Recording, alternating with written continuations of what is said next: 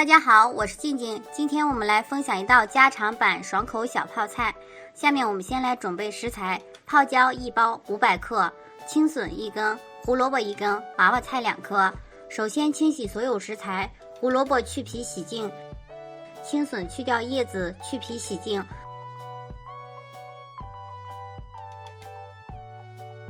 娃娃菜掰开清洗干净。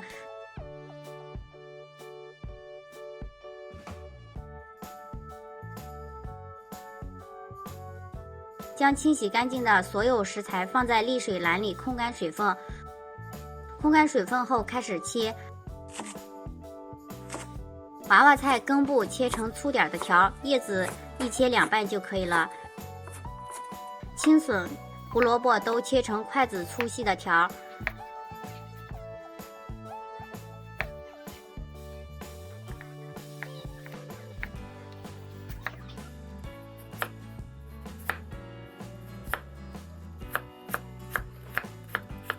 将切好的所有食材放入盆中，加1勺冰糖、3勺盐、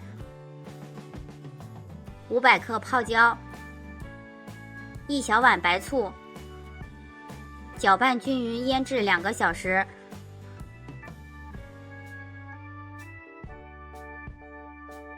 腌制中尽量多搅拌几次，让所有菜入味均匀。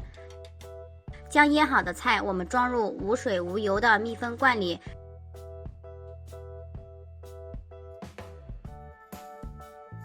然后把腌菜的水也倒进去，密封保存7天就可以吃了。